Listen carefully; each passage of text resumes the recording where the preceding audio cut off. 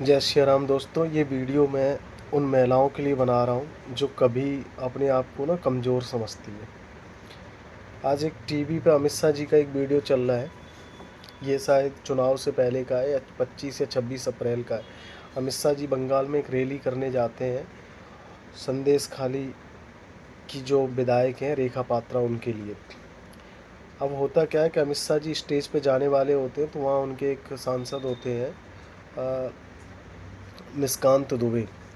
तो वो कहते हैं कि सर, रेखा पात्रा तो आ नहीं पा रही है, गायब हो गई है, फ़ोन भी स्विच ऑफ जा रहा है।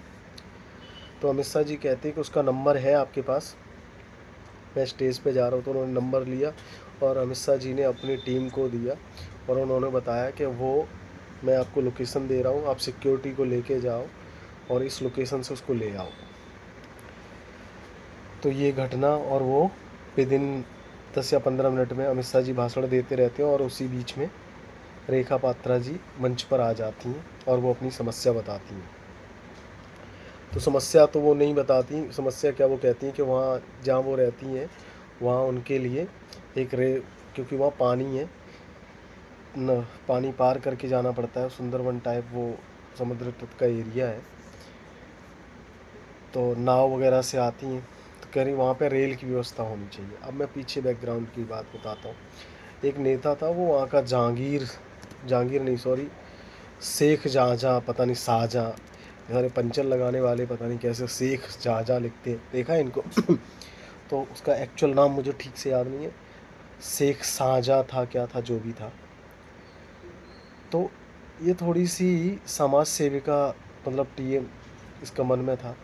तो ये टीएमसी के दफ्तर में जाती है और वहाँ शेख शाहजहाँ बैठा होता है और उससे कहती है कि मैं समाज के लिए कुछ काम करना चाहती हूँ। बेसिकली वो घर मांगने जाती है जो प्रधानमंत्री योजना के चलते हैं, वह अपने लिए और लोगों के लिए भी। तो वहाँ दारू और ये सब पार्टी चल रही होती है। तो वो कहता है अभी आप जाओ, शाम को आना। जब शाम को ये जाती हैं तो उसको पकड़ के इसका रेप वेप किया जाता है और इसके पति को रात भर बांध के रखा जाता है। फिर ये वहाँ से निकलती है तो आंदोलन करती है, और आंदोलन क्या, इतना टीएमसी का दबाव था उस टाइम पे, सीबीआई की टीम गई तो उस पर भी पत्थर फेंके गए और बहुत सारे, शायद मेरे को एग्जैक्ट याद नहीं है, वहाँ गवर्नर भी गए थे, लेकिन नहीं, कुछ नहीं हुआ। जब बीजेपी सरकार आए, बीजेपी तो ये चुनाव हुआ तो इनको टिकट दी गई। तो टिकट दी गई, जब ये घर से निकली तो वहाँ टीएमसी के तो खबरी थे ही हर जगह, खबरी थे। तो जैसे घर से निकली, ये पैदल नाव भर के पैदल चल रही थी, तो उसी बीच में इनको मुंह बंद करके किडनैप कर लिया गया, कहीं कमरे में बंद कर दिया गया। फिर अमित शाह जी ने जिस तरह छुड़ाया, और हिम्मत देखो लेडीज़ की, रेप हुआ, परेशानी कितनी उठाई, फिर भी हार नहीं मानी, समाज के सामने डट के खड़ी रही।